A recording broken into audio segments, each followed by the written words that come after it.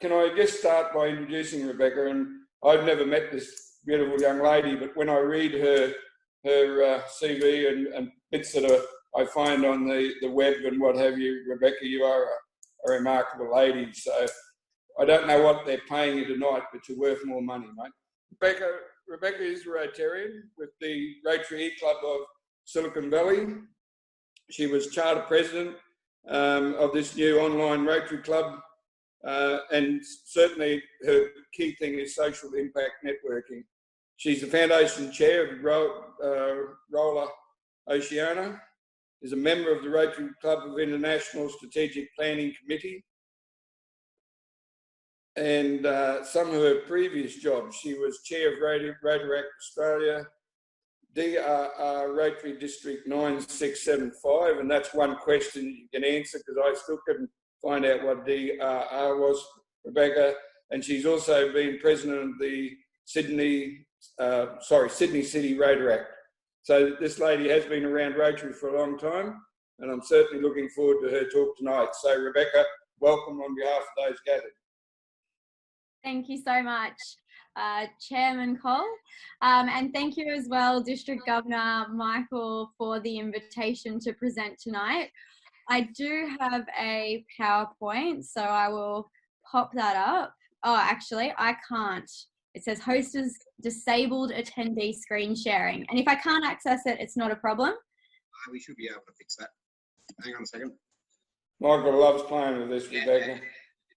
I'm very impressed. There are things that this district is doing that I don't know how to do.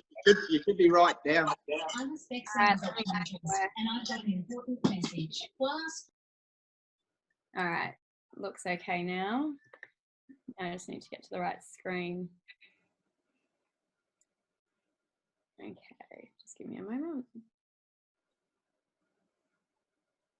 All right, can everyone see? Can you see my screen? Yep. Perfect. Yep. Excellent. So thank you again, District Governor Michael, for the invitation to speak tonight.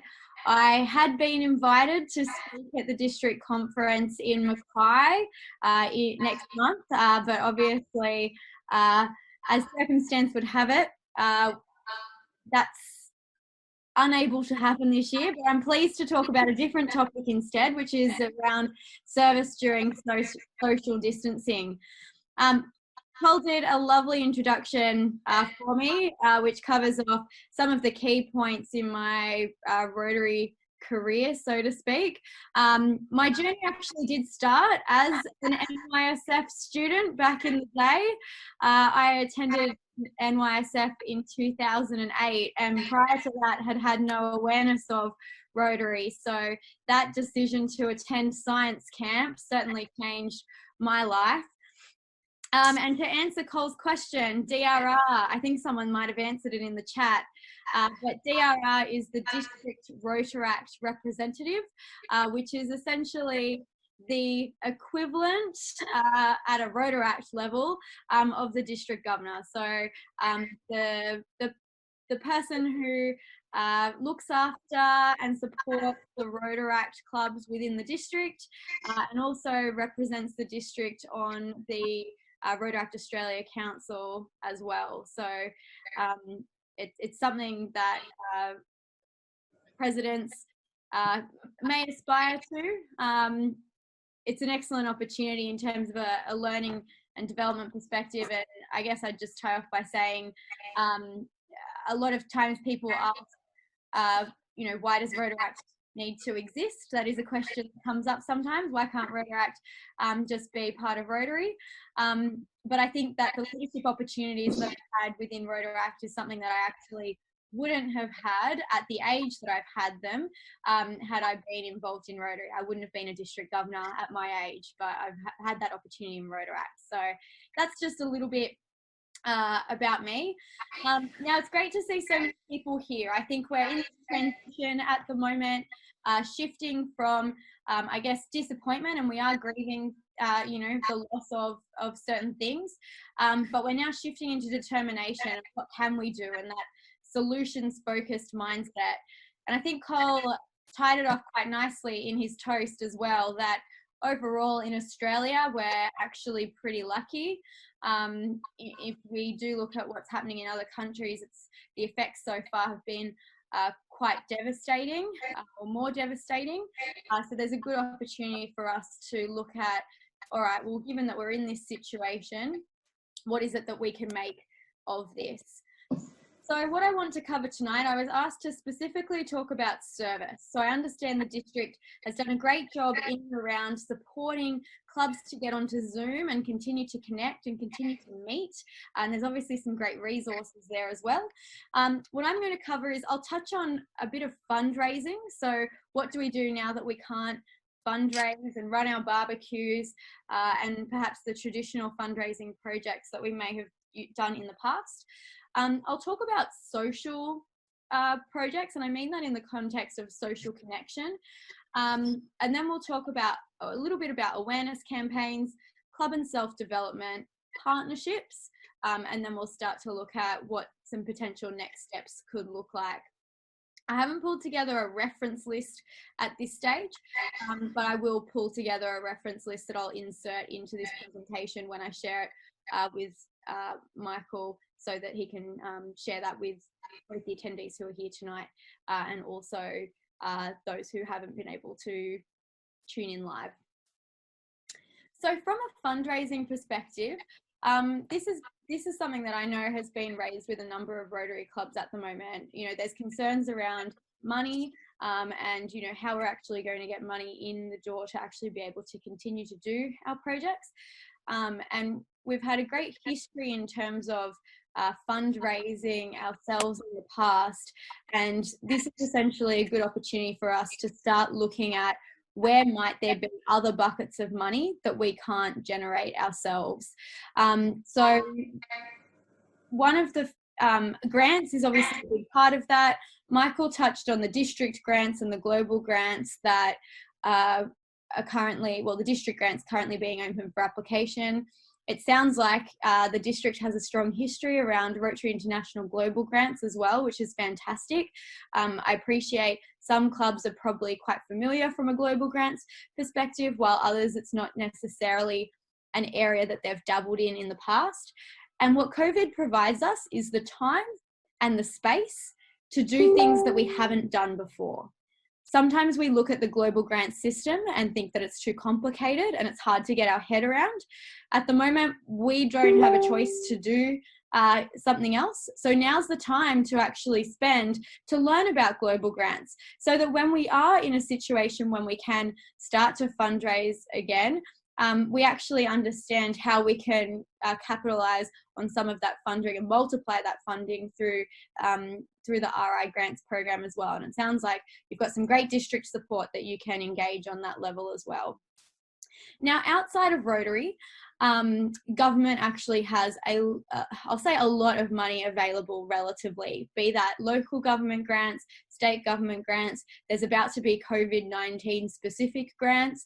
So if you're running a project that is designed to help vulnerable populations, you know, during the COVID pandemic, there's money that's available for different types of projects on that front as well.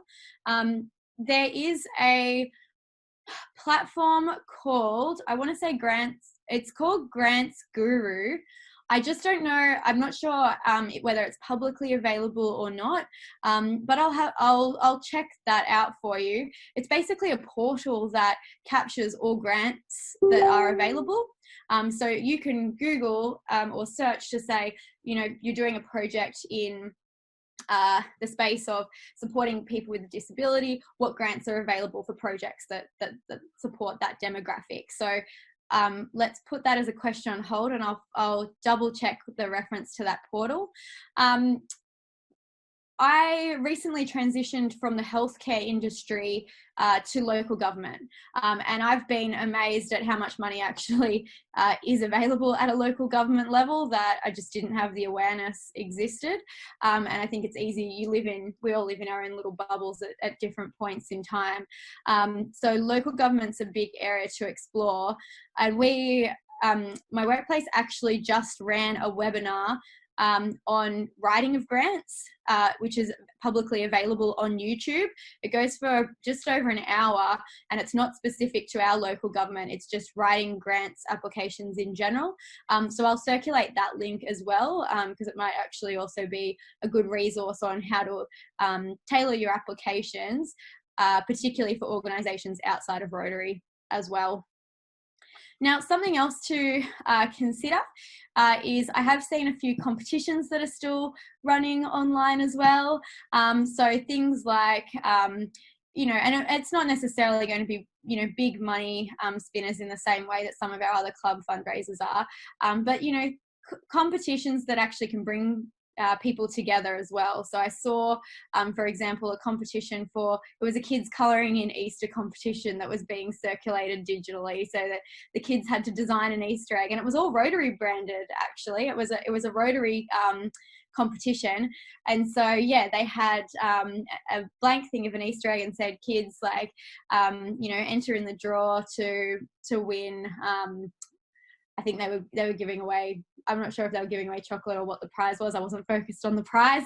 But yeah, so there's other, you know, ways to still run, you know, competitions, and particularly things that might be of value to people that they might be willing to have a bit of fun with, whether it's a guessing competition in the same way that you would do that, you know, at a conference or the like. You know, people still want to have fun. They want to engage.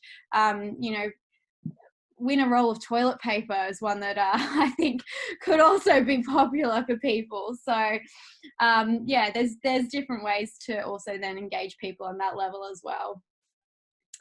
Now, coming to social projects. So I talked about this in the context of building social connection, and Rotary is great in the context of building connection between people. One of our core values is actually fellowship, and I know that that's a very important value for a lot of people, and it's one of the reasons that people continue to come back to their club meetings as well. Now, one of the things that COVID has done for the general public is actually isolated a lot of people. A lot of people don't necessarily have the same sort of network that we have while we're in Rotary. So running social events, like social online events, is actually a method of community service if you're opening that up to the general public. It could be something like hosting an online movie night, for example, where, you know, you indicate what video it is that you're showing, and people log in, you know, at the same time to watch that. One of the initiatives we've been doing in our Rotary Club is a virtual hike every week. There's YouTube videos that video recordings from around the world. There's the Grand Canyon, there's national parks in Canada. There's this week was a walk through South Korea.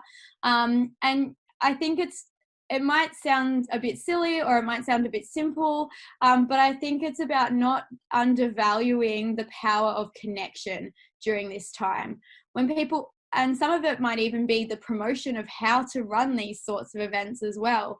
There would be groups of people in the community who are used to catching up every week for a walk, and now they can't do that anymore. So how do we help them to continue to have that experience and connect as well? There's another online initiative that's called the Kindness Project. Some of you might have seen it on Facebook. It did come out of Australia, and it's really simple as well. It's as simple as when someone notices something that someone has done that is an act of kindness, essentially, it gets posted on this particular Facebook page. Now, there's no reason why an initiative that is currently, whether it's national or global, I'm not sure, but something like that couldn't be brought down to a localized level as well. So what are the acts of kindness that you're observing in your local community, in your district? And it's just building that positive experience and a bit of a pay it forward, recognizing the good rather than, you know, the challenges that are coming with COVID as well.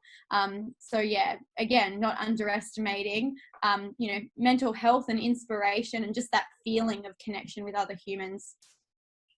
Now, the other thing that's been raised as well in particular is people who live by themselves, particularly older people, whether that's obviously there's a spectrum in terms of age in that sense, but there have been some formalized pen pal projects and letter writing projects, and again, simple things that build connection with other people, that normalize how we actually connect with others. So people who may not have a lot of family locally, or even in Australia, finding those people, connecting with aged care centres, connecting with groups of people who we know are marginalised in the community, and whether it's writing them nice notes or learning something about them, even having a coffee with them over Zoom, if depending on what their technology capabilities are as well, but just making sure that people feel included in society during this time when they're not in control of putting themselves in social situations. And the last one I wanted to chat about in regards to social projects is a project called Hello Neighbour. There are cards that are available online. It's just a card that you can print that basically says, "Hello neighbour, I live at this address, this is my name. I'm available to help you with shopping, or if you needed to, whether it's supermarket shopping or, pick up a prescription or something like that." So if you are in a situation where you're personally able to, go out and help someone else, popping a card in their letterbox to let them know that they can contact you is one thing. And on the flip side, I appreciate that there's probably people in our Rotary community who are being encouraged not to go outside at the moment, given vulnerable demographics. So how do we support our existing members to do the practical things? And also, how do we start these projects for our local community more broadly as well? So encouraging a community to implement Hello Neighbour, so that the younger people who want to help can then also step up and assist in ways they just might not know how at the moment, but there's certainly a lot of desire to help on that front. Now, the next area I wanted to talk about was awareness campaigns. And this is generally awareness for a social issue or a project. Public image and awareness is not necessarily something that Rotary does particularly well. We're so busy doing our own projects, and once a project finishes, we're ready to jump onto the next project, that we forget to actually talk about what we did and share that with the community. So we talk about Rotary being the best kept secret. We talk about the fact that people don't know what we do. Now we've got the time and the space to capture those stories and create campaigns and content to actually talk about all the good things that we've been doing. And that's not talking about it, in our newsletter to let our members know what we did. That's talking about it to an external audience, the people who don't know about the great projects that we've done. So, and I think it's also raising it in the context, not just we did this project, it's very much about why you did the project. So instead of just talking about, let's just say, for example, a project might be community, let's use toilets. So let's use water and sanitation. So access to toilets in India. The provision of toilets in schools means that girls can then go to school even when they have their periods, so they can actually get an education. So it's not just saying we went to India and we installed a toilet, or we fundraised money and a toilet was installed. It's an awareness piece around, did you know that 50% of teenage girls in India drop out of school because they don't have a toilet? So it's those cause-related stories. How do you get people aware of the causes that we support? And again, the benefit of that is once we are out of the woods with this and we are able to fundraise, people are aware of these causes that you have actually been supporting. So you're able to tell them the why, and the why is not the toilet. The why is so that girls can get educated. And so then when you are fundraising for the toilet, they're like, oh yeah, I remember that toilets enable girls to get educated and can go to school. So it's the promotion of the issues that you're already addressing.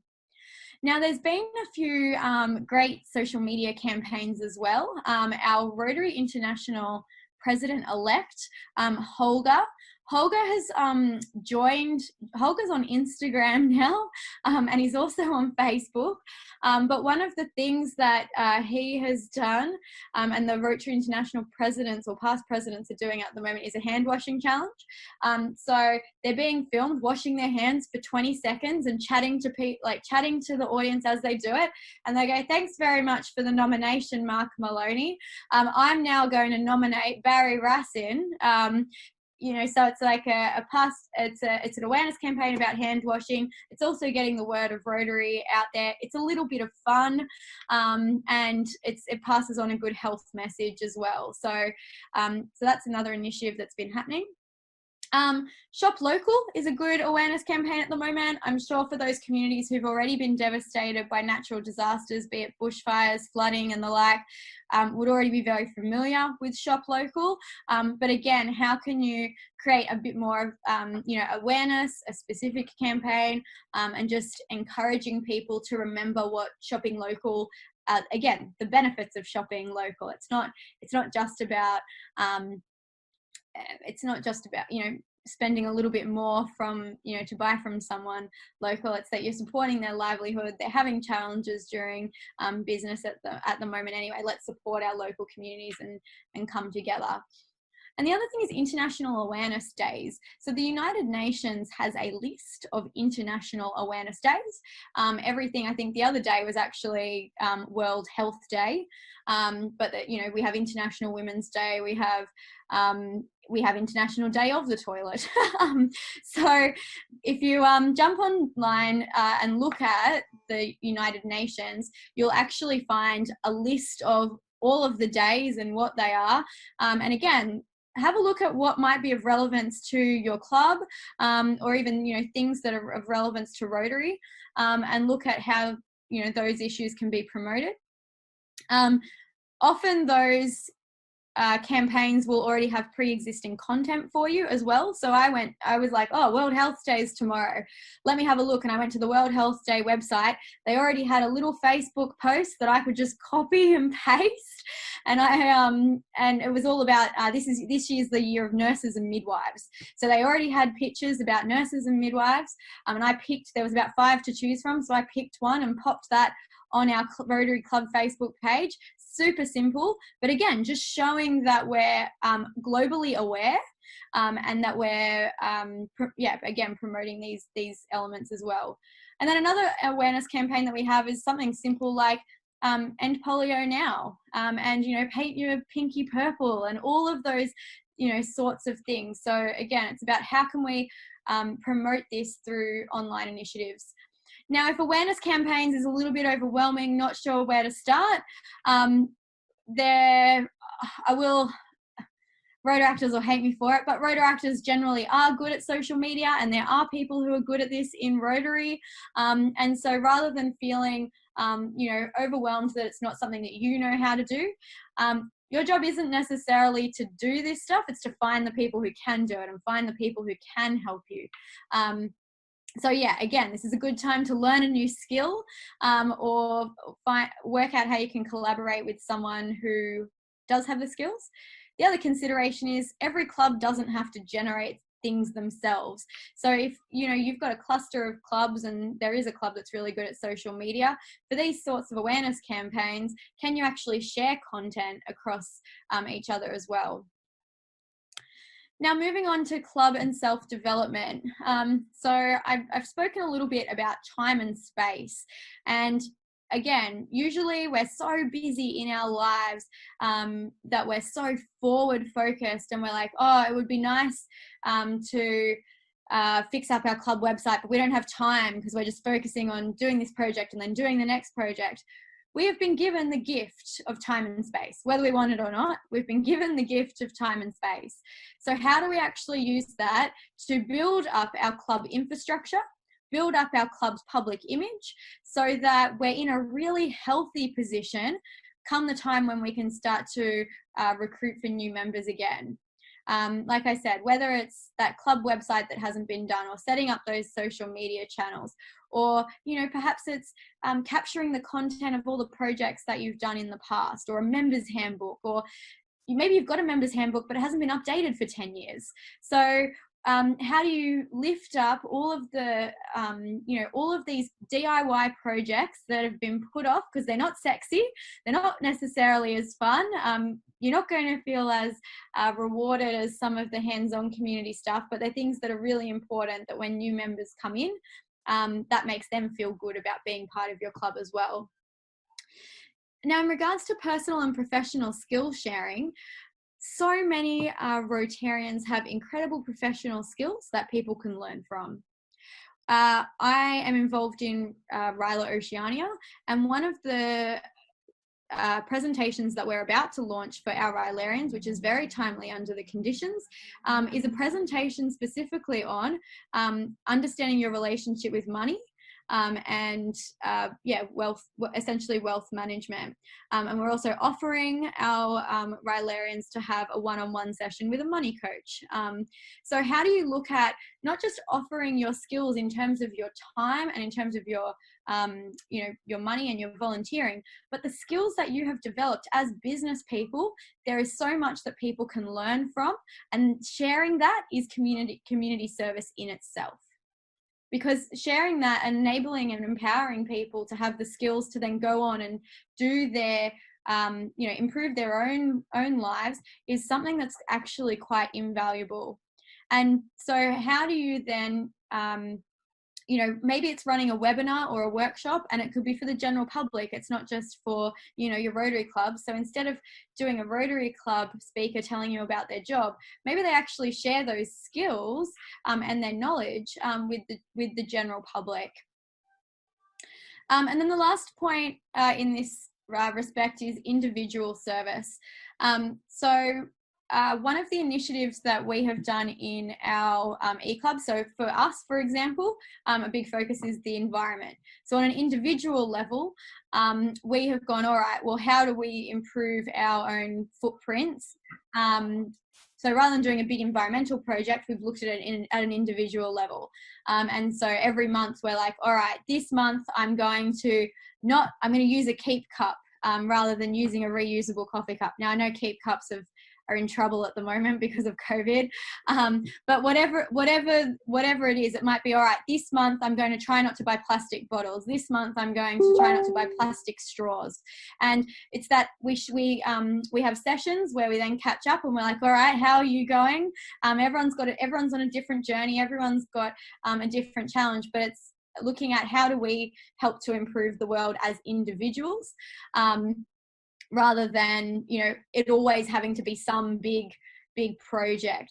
Sometimes there's an opportunity for individual contribution in that sense as well. Now, the last element I wanted to talk about was partnerships. So a huge area is what are other organisations doing, be it well, or where do they need help? So when organisations are doing things well, that's where we can learn from them. And where organisations need help, that's gaps that we can fill.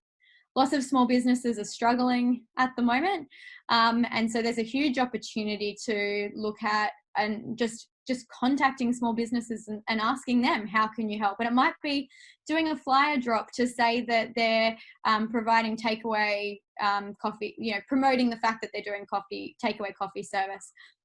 Or it might actually be helping, you know, with some of the delivery themselves. Maybe they can't actually afford to pay someone to be doing their, you know, food delivery at the moment, and they could really actually use a volunteer.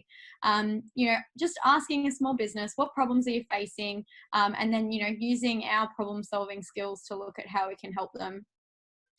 Government partnerships are a big one as well, be it local government or state government. I understand, yeah, you've got the link around the Queensland Care Army, and I think Queensland's well positioned given the number of disasters natural disasters that Queensland faced, that they're very well prepared in terms of flooding. I understand this has come off the back of the mud army when there were the 2011 floods. So yeah, similarly looking at engaging people, and part of it's promoting people to join these different initiatives as well. Now, I spoke about small businesses in the context of what do small businesses need. The same goes when it comes to charities. Some charities will be inundated with people who want to volunteer. Other charities, and again, it's usually the ones who are doing work that's, I'll say not as sexy, that, maybe they need help on that front. Skill sharing is, again, really, really valuable. So if you're an accountant, can you actually offer, your accountancy skills to another non-profit during this time?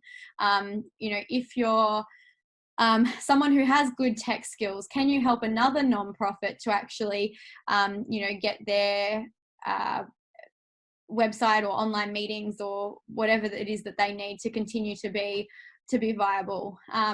So yeah, there's lots of non-profits that will be struggling during this time. Often Rotary is really good at fundraising, and at times fundraising for other non-profits. We need to look at the other resources that we have that we can give non-profits, and there's plenty. We just need to be a bit more creative. And then the last one is local and global Rotary partners as well. So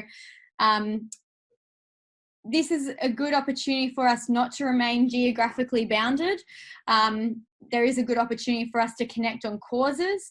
So if within the district there's a whole bunch of Rotarians passionate about a particular cause, now's the time to get together. It's easy to have a Zoom meeting, for everyone who's passionate about the education of girls in India, for example, or local initiatives as well, like bushfire relief or flood relief. But yeah, it's a good opportunity. We're no longer geographically bounded by the club meetings that we meet in every week.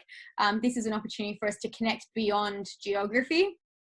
And geography is important as well. So how do our local clubs actually connect together? So rather than recreating the wheel, normally we recreate the wheel because we're meeting on different nights to suit the needs of different people.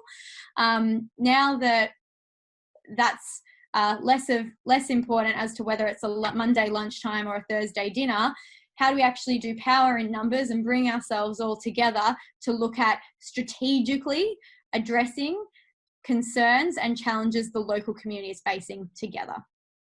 And then from a global Rotary partner perspective, look, I don't necessarily have the answers as to what Rotary clubs need overseas. We've acknowledged that in the scheme of things, we're doing pretty well. So how do we reach out to other Rotary clubs and support them during this time? Perhaps they're so under the pump providing frontline support that they haven't had an opportunity to address the social connection issues themselves. There's no reason why we can't provide support around social connection to people who are based in New York, for example. All the things that we can do in social connection in Queensland is something that we can help with overseas as well. So again, it's just reaching out and understanding what is it that we can do. So that's a whole bunch of examples in a nutshell. In regards to next steps, I'd really encourage you to look at your current projects and assess them and look at, all right, what do we need to press, what can we keep moving with? So what's got a green light? What do we need to press pause on? Or what can we shift or transform? And what do we need to stop right now and wait until things are done? So map out your current projects and work out what stage they're at, what can be tweaked. Then I would encourage having a club visioning session. So in the same way that you would get everyone together and say, what are the things that we want to work on this year? Do the same thing and do it online and try to think a bit innovatively in that sense, but understand, what is the club actually passionate about during this period? All right, how do we focus on partnering with an organisation that's working in that space? It might be food security and you're worried about families who are going without food at the moment. Great. How do we partner with a food security non-profit organisation that's providing meals to people? Sorry, I'm just trying to get rid of my email. That's a pain. Oh dear. We're good. There we go. There we go. Sorry about that. So yeah, I was just saying, you know, using the opportunity to get feedback from members on the types of projects that they want to do, and start to explore different initiatives in that space as well. And then it's as simple as moving forward. It's pretty much business as usual. Select the projects you want to do, nominate the people who will lead those projects, and do what Rotary does well, which is running projects.